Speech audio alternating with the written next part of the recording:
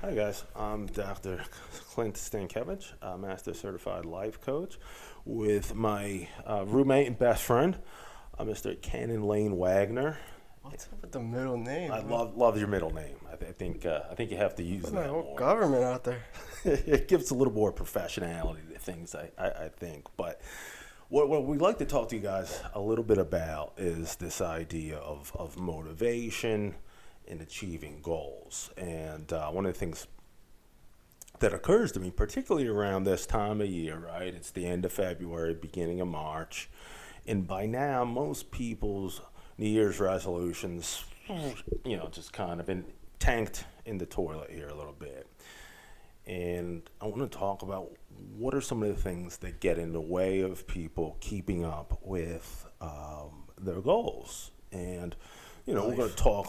Life's one of them, but going to talk a little bit about intention, self-defeating beliefs, expectations, and that kind of thing. But one of the things I was really impressed with, Cannon, was a conversation you and I had, where you developed something called the 5% math. I don't know if I developed, but a concept came to my head, and it's basically you have very little control of your life when you really think about it. You really only have that 5% of consciousness that you get to pick from, and most of it's unconscious, 95% or whatever the math is on that. But most of it is patterns and habits that are built up over a long time through, you know, whatever that may be. Your childhood, your however long you've been alive, I don't know, but it just hit me one day that like everything I do is just, a habit or a repeat or something that I'm used to, and I really only have a certain percent of, just energy or intention that I can put into it and expect results from. You really have to stack that 5% into, your subconscious and into those patterns and habits, and it has to become who you are, essentially, and that takes time.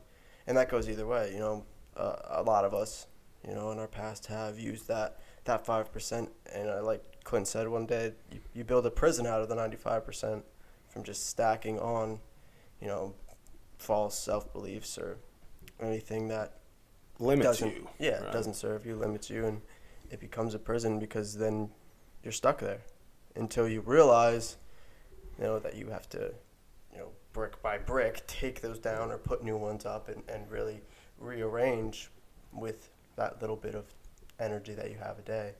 So, and I don't really, me and Clint have an interesting dynamic because I'm more an idea guy, and Big picture this guy over guy here. can articulate all the shit that just pops into my head some days, and I have words, but they're more like, they're not very helpful in explaining the big picture, and but Clint gets it, and he's able to articulate it and put it into, a package for you guys, and that's why we're here.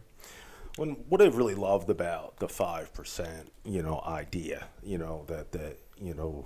going to say you developed. I'm just going to go ahead and say that. But what I really love about that conceptually, right, is the idea that it really sets, helps us really kind of understand things realistically. Like, what are we working with, right? We set out and let's say this is January, and let's say I got 35 pounds to lose, and I'm going to be like, boom, I'm going to do that, and I'm going to be in my Speedo or whatever we're looking to get into by by the time spring rolls around. And the large majority of us fall short of that, right? One of those things is intention, which we're going to talk about a little bit more, because a goal, when not a plan, it's just a slogan, right? But the other thing is, it's like, okay, I'd like to do that, and sort of conceptually in our minds, we're like, well, what do I need to do that? Well, I need to change everything about my diet. I need to change everything about my exercise regimen, likely, right? Because by the time late December, January rolls around, like, listen, I've been getting into the Christmas cookies. I'm in recovery, so I don't drink, but some of you guys out there that do maybe been all overindulging in those things. So we need a complete shift of the way we've been living, and we forget, right? We still got to get up and go to work in the morning, right? Oh, I got to tell if you have children out there, I got to get them to sports practice. I got to,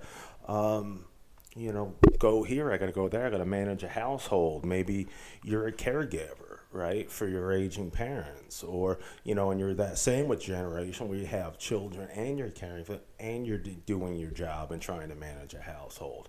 So what are we really left with to put in efforts of towards our goal? And that's where the 5% thing comes back, because that's realistic. We have about 5% is a good way to conceptualize it that we have to put towards that goal. Now, the problem is, let's go back a little bit to this idea of intention. One of the things, and you and I have really talked about, and you brought it up actually, was setting the intention for the day. And for you, this is a concept that you said it starts the night before for you. Yeah. So tell me a little bit about that. I really love that idea too. Well, it's something I picked up along the way. But I just realized that, if I wake up in the morning and I don't have a plan for the day from the night before, my day's pretty much shot. It's been trying to figure out what I'm going to do, what I'm supposed to do, remembering that I have to do this or that, and getting in the way of what I wanted to do, and just really sitting down for 20 minutes, just writing out what you want to do for the next day. I have a general list of things that I want to get done whenever, in the near future, and then I have a smaller list for the day of things that I know I can get done or should be able to get done or want to aim towards getting done, and I'm able to set my intention towards those things. And I also set my intention towards not being so wrapped up in whatever, or not, whatever the intention is, whatever I'm working on. There's a couple of different layers of intention, but really taking time to set the intention of, whether you want to be fit or you want to be mindful of what you eat or whatever that goes into being fit, or, being more spiritual, or being, just whatever the hell you want to be. But really taking the time to set that, and every day set that, because you can get bogged down by, life and he said, she said, or, some new thing that's coming out or whatever. And it takes away from that 5%, but, taking the time to set that intention and take, one of the 5% and really, dialing in on what you want to do. I think I really love that idea, because it gives us a lot of, again, a realistic perspective on what we can and can't do, what's sort of likely and what's pie in the sky. And I think, a lot of times we don't see results. We get those self-limiting beliefs. I'm not there. That you get into the expectations, what I thought I would have. I think if you get up in the morning, or you set the intention, as you were talking to us about the night before, listen, maybe my 5% is only 20 minutes, right? So if my intention, and I've been able to carry through on that, maybe is only 20 minutes 3 times a week, I can't expect to be 20 pounds down, right? And so my self-dialogue is going to be like, I didn't get to where I wanted to go. Rather than saying, hey, I made maximal use of my 5% that week. Because this is where the consistency comes in. And that's another great point you made. 5% doesn't mean a lot, right, if we don't do any more. But if we're consistently setting the intention to use that 5% in the service of the achievement of our goal, then we're much more likely to achieve it over time. It's a game of inches, right? It's not a Hail Mary pass, particularly, I love the example of HIIT fitness, right? Because I'm not going to lose 10 pounds overnight. I'm not going to be ready for Mr. Olympia overnight, right? It's little decisions, little things, little choices that I make day in and day out consistently over time that are going to take me towards that goal, But again, going back to Facebook, media, we're expected to kind of look a certain way, and that those things create these expectations, and we sort of see ourselves falling short. Well, those people in magazines or whatever, they're paid to look that way, right? So they're not necessarily juggling what everyone else is. I mean, some people are, whatever. It's great if you're genetically gifted. I'm not one of those people. Or if you're able to cut, a bunch of stuff out of your life and make that, Yeah. a bigger focus, then go ahead. You just really have to do the math. Yeah, you have to prioritize what's important, but the 5% thing is again, I think if we kind of take a look at our lives and say where and what do we have to play with, towards the service of a new goal, because we do have heavy loads out there, right? Things are only getting more expensive. I'm not going to get into a political rant. We already know that Ken and I don't see this similarly, so we're gonna veer off that idea. That's something for a different time. But there are pressures out there for many of us and for all of us in some capacity or another. And being compassionate with ourselves is being realistic about what we have to do in service. That's real.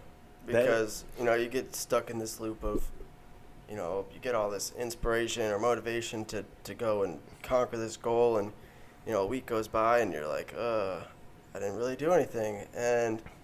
But something's holding you back, it feels like. Or at least for me, something feels like it's holding me back. And recovery's taught me a lot, and just acceptance of where I'm at, enjoying the journey, patience, and all those things go into everyday life, whether you're me or you or anybody else. And just doing the math, taking the time to accept the math. I have, this going on, I have kids, I have a job, I have this, and I have that, and I have this, and I have that, and really setting the attention every day, the night before, and taking time to really sit down and get to know yourself and what math you have to spare, what change you can come up with, and really use it accordingly, use it to your best.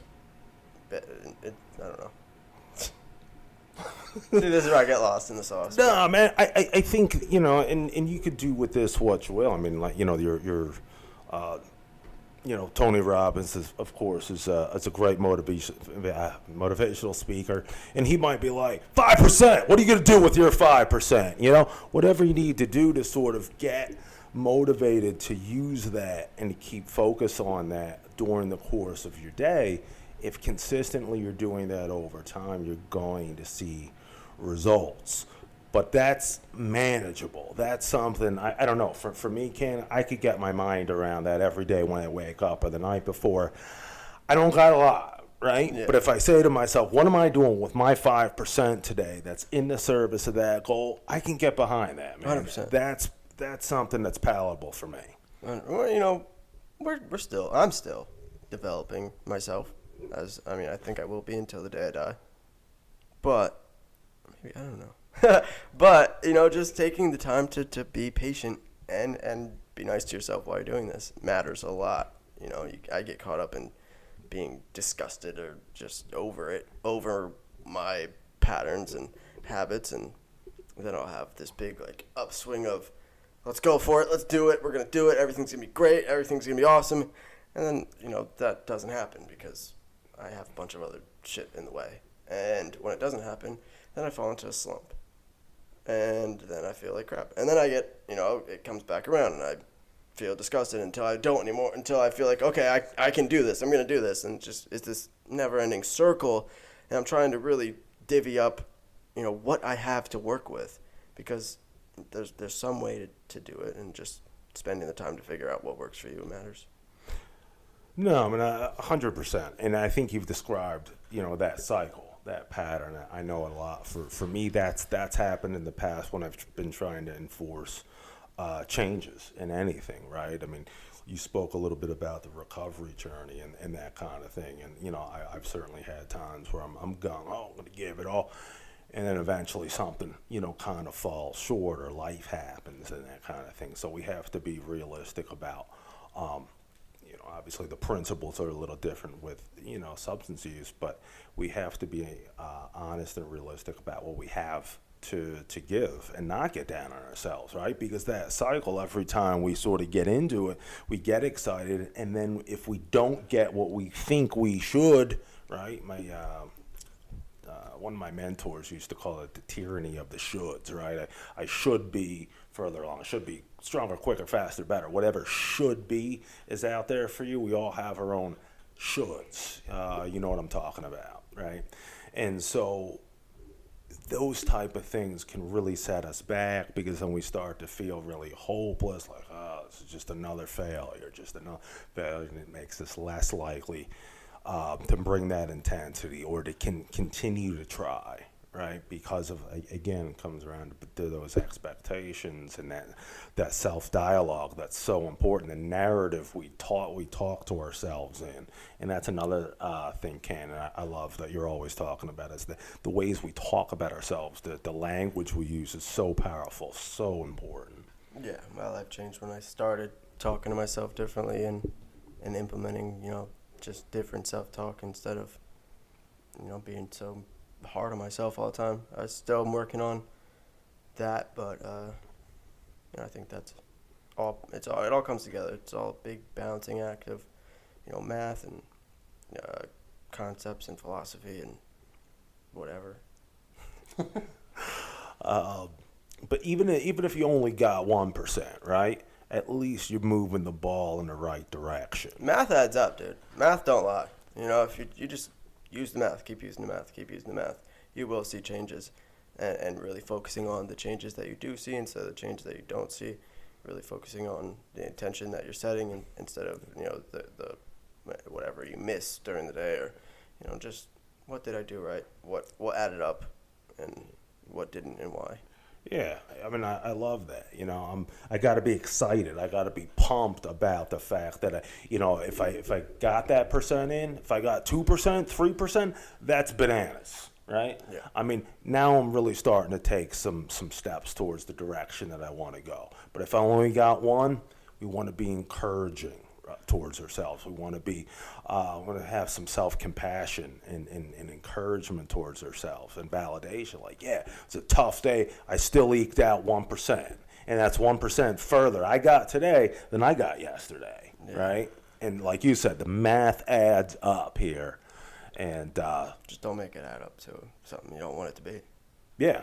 Because whether you like it or not, it's going to add up. No matter what we're doing, and that's where the goals and the intentions come in, right?